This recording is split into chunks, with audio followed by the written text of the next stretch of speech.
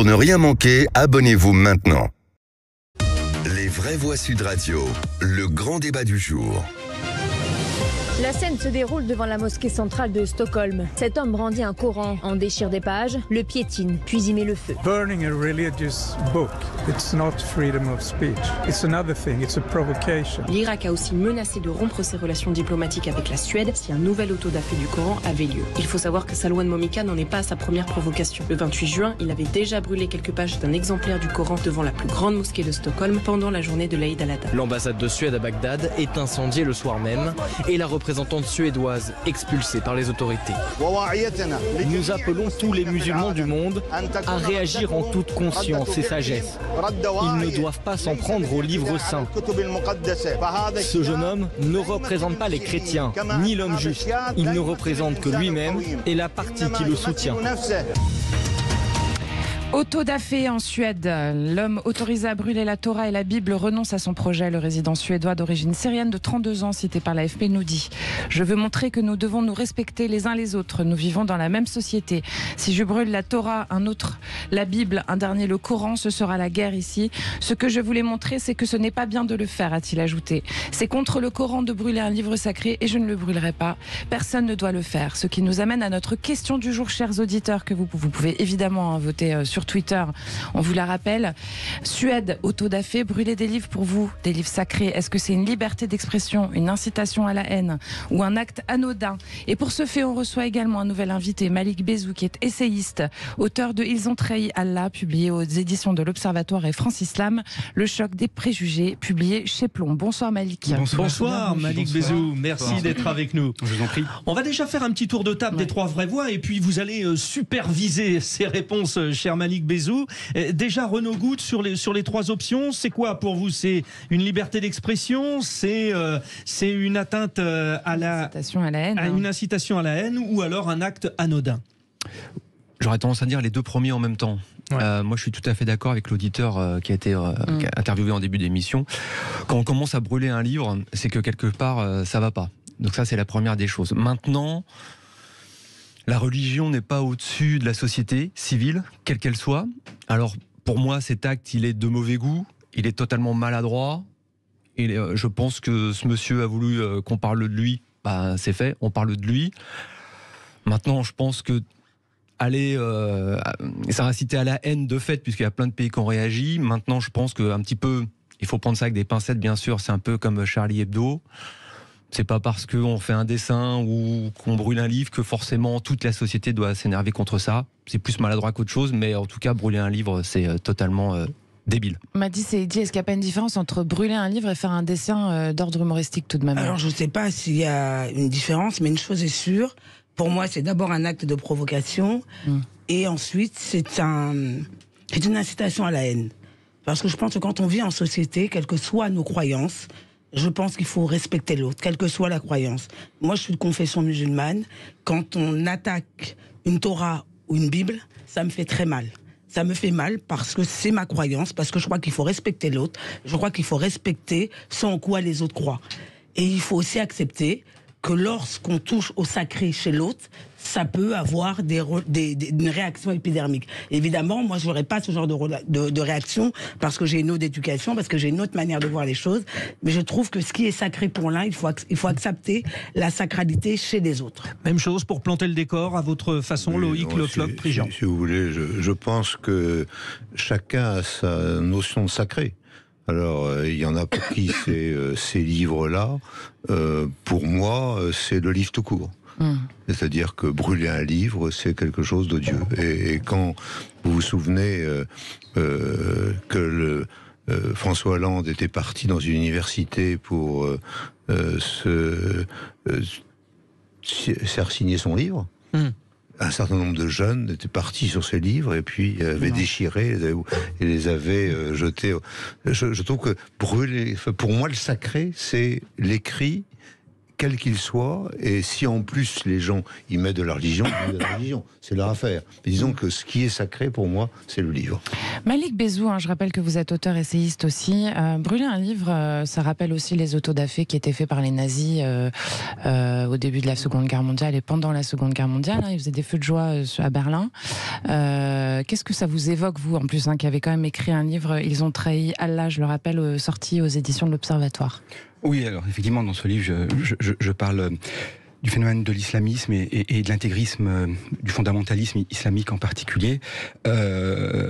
Ceci étant dit, brûler un livre entre guillemets sacré, parce qu'il n'est pas sacré pour tout le monde, évidemment, n'empêche que brûler dans la mesure où il est sacré pour une certaine catégorie de personnes, de fait il l'est. Tout à fait. Et il faut bien comprendre aussi ce que cache le terme sacré. C'est quand même, c'est pas anodin, c'est le rapport à la vie, c'est le rapport à la mort, c'est le rapport à l'au-delà lorsqu'on est croyant. Donc c'est pas n'importe quel livre, et on peut comprendre tout à fait que pour les croyants, toute religion confondue, je parle des juifs, des musulmans et des chrétiens, pour ne citer que les monothéistes, il est clair que brûler un tel livre, ça entraîne chez les croyants une décharge émotionnelle, quelque chose qui tantôt pour relever de la colère, voire de la haine, tantôt de l'immense déception et de l'incompréhension. Brûler un livre sacré, je mets des guillemets parce qu'il n'est pas sacré pour tout le monde, évidemment, je ne vois pas l'intérêt. Autant je peux comprendre les caricatures parce qu'elles peuvent faire sens et parce qu'elles peuvent mettre en avant, mettre en exergue. Là, sur ce qui s'est passé en Suède, il y a eu un sens, c'est-à-dire que c'était une personne d'origine irakienne qui a voulu, d'une certaine manière, traduire un mal-être des ressortissants. Il dit lui-même qu'il veut qu'on doit se respecter les uns les autres. C'est ça qu'il dit, et c'est pour ça qu'il l'a fait. J'aurais tendance, si cette personne était en face de moi, à lui indiquer avec modestie qu'il y a aussi la question de pédagogie. La démarche peut, comme dirais-je, peut-être paraître intéressante, mais il faut voir l'impact, et là il est absolument catastrophique. C'est pas de cette façon qu'on va susciter la question, le débat équilibré, serein, peut-être même le doute. Là, au contraire, on va déchaîner les passions, et on sait que dans les pays musulmans, le sacré fait encore beaucoup sens parce qu'il n'y a pas eu tout ce comment dirais-je, cette culture de la désacralisation, de la sécularisation qui s'est opérée en Occident. Donc clairement, l'Orient musulman et l'Occident, c'est pas tout à fait la même chose dans le rapport à la transcendance et à la religion.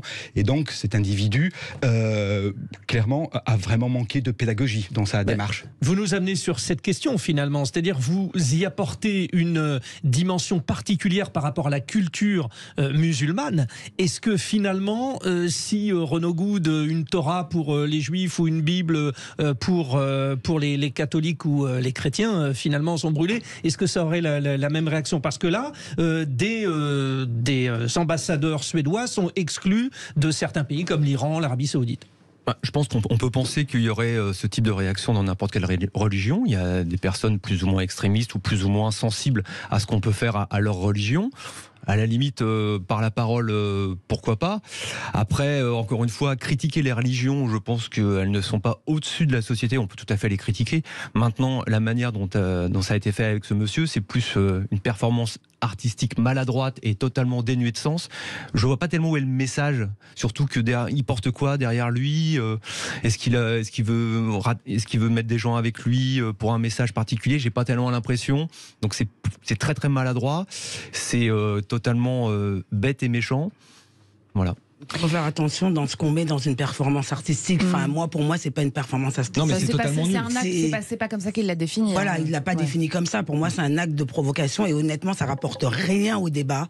Ça rapporte rien à la question de la sacralité ou de la religion. Et effectivement, en fonction de là où on se trouve dans le pays musulman, parce que là, quand on est au Moyen-Orient, évidemment, c'est différent. Si on est en Afrique subsaharienne, ça n'aura pas les mêmes déchaînements, même si le sacré est aussi important, parce qu'ils ont aussi une manière de prendre suffisamment de recul et de se dire le type est bête, en fait. Il est bête, il est con. Mathis et Eddy, tout à l'heure, vous faisiez un comparatif quand même entre les caricatures et ce livre brûlé. Les caricatures en République, elles font sens. Il y a même des gens qui ont perdu leur vie pour. Est-ce que vous pensez que l'autodafé, comme vous les avez mis sur le même niveau tout à l'heure, est-ce que vous pensez que ça fait autant sens en l'occurrence, ou est-ce que c'est des actes similaires pour vous? Je ne sais pas si c'est des actes similaires. En tout cas, une chose est sûre, c'est que pour moi, à titre personnel, il y a une espèce de manque de respect dans l'autodafé, en fait. Parce que finalement, on peut ne pas croire, on peut être hérétique, on peut être athée, mais je trouve que c'est aussi respecter l'autre. Quelle que soit la conception qu'on peut avoir ou le rapport qu'on peut avoir au culte, c'est respecter ce en quoi l'autre croit. Voilà, et je pense que si on part de ce principe-là, on pourra tous vivre ensemble sans aucun problème, quelle que soit notre culture, notre religion, notre manière de voir les choses. Si la règle de base est le respect de l'autre et de sa culture, a priori, on n'aura pas de problème pour vivre ensemble finalement. Loïc Le Floch-Prigent, il y a une question aussi, ce n'est pas anodin si ça vient de Suède. Alors la Suède était postulant pour rentrer dans l'OTAN, la Turquie, pays donc officiellement musulman, s'y est opposé. D'une manière générale, on a vu avec le Danemark, la Suède, les pays scandinaves entendent marquer un surplus de laïcité. Est-ce que vous comprenez aussi cette démarche? C'est un peu une défiance à cet extrémisme islamiste. Je crois qu'il faut faire très attention à ce qu'on dit. Tout à l'heure, on a parlé de caricature et de brûle. Ça n'a rien à voir. Hein. C'est-à-dire que respecter un livre sacré, c'est une chose. Ensuite, dire j'ai envie de me moquer de la religion et de la façon dont elle est exercée, ça c'est quelque chose qui n'est pas irrespectueux, c'est au contraire reconnaître l'existence de la religion et dire mais elle a quand même des aspects qui ne sont pas corrects. Sauf que Loïc Le Floch-Prigent, vous savez que dessiner une caricature de Mahomet, c'est aussi un acte contre le sacré d'une religion. Oui, mais là on aurait je ne peux pas moi l'admettre. C'est-à-dire je considère que si ce que j'ai dit sur brûler un livre d'une façon générale, brûler un livre sacré est quelque chose qui est irrespectueux. Le fait de vouloir se moquer d'une religion et de le faire de la façon dont on veut, avec des papes qui font des choses abominables, etc. Tout ça fait partie de la liberté de penser et la liberté d'expression. Pour moi. Pour moi, je dis pas que j'ai raison. Je dis voilà pour moi. Alors derrière, vous posez une autre question qui est celui de savoir pourquoi ça se passe en Suède et dans les pays en question. Et là, effectivement, tous ces pays sont sous le regard critique d'un certain nombre de pays musulmans intégristes qui ont le sentiment que il y a un regain de laïcité dans ces pays. Et donc la Suède bénéficie d'une façon de ce regard critique de l'Iran et d'un certain nombre... L'Arabie Saoudite, etc. Et de la Turquie. Hein. Mais c'est deux éléments différents. Hein. Et je voulais aussi rajouter que... Malik Bézou, pardon, mais je voulais aussi rajouter que ce type d'action donne du grain à moudre aux intégristes musulmans, qu'ils soient d'obédience islamiste radicale ou wahhabo-salafiste, peu importe. En tout cas pour ces individus qui prêchent, qui sont des prédicateurs, ils n'ont de cesse à expliquer à leurs ouailles, aux communautés musulmanes de l'Orient, que l'Occident nous déteste, que l'Occident c'est les anciens croisés, que l'Occident est totalement athée, libertaire, libertin, qu'il nie le sacré, qu'il se moque du sacré et qu'il nous déteste, qu'il veut nous anéantir. Et le fait de brûler le Coran, pour eux, regardez, c'est la preuve. Ils nous détestent à ce point qu'ils en arrivent à brûler notre livre sacré. Donc ça ne fait, en plus du fait que, comme je l'ai dit, que la démarche était sur le plan pédagogique complètement nullissime, le fait de brûler un livre sacré, mais en plus ça donne, comment dirais-je, ça conforte les thèses des extrémistes musulmans. Basile, on retourne au standard, 0800 26 300 300, chers auditeurs. Basile, qu'est-ce que ça vous inspire, tout ce que nos vraies voix viennent de dire ? Écoutez, il y a eu des choses intéressantes de dire et je pense qu'il faut quand même rappeler quelque chose, c'est que justement ce monsieur n'était pas un artiste. Vous voyez, j'ai moi-même sous les yeux la une de Charlie Hebdo qui est encadrée dans mon appartement et ce monsieur n'est pas un artiste, c'est un militant d'extrême droite qui savait pertinemment ce qu'il faisait. Il était renseigné sur l'acte d'autodafé, qu'est-ce que ça a pu symboliser pendant le franquisme. Oui, c'est-à-dire qu'il y a effectivement, alors il y avait l'acte on va dire du ressortissant irakien, et puis il y a également un membre de l'extrême droite du pays, en l'occurrence, et là aussi c'est une provocation. Allez-y, Basile. Ouais. J'ai pas dit que c'était un artiste, j'ai juste dit que c'était une mauvaise performance artistique de mauvais goût. Voilà. Et sachez qu'il n'y a pas qu'un seul autodafé, il y en a eu plusieurs, c'est pour ça. Donc, mais allez-y, Basile. Oui, c'est une personne qui a fait ça, qui a mis des tranches de porc dans le lit, qui l'a brûlé, piétiné, et qui se revendique d'appartenance d'un parti d'extrême droite en Suède. Et donc, c'est pas du tout la même chose. C'est quelqu'un qui vraiment avait pour objectif rempli, qui est de démarrer un conflit et d'appeler à la haine.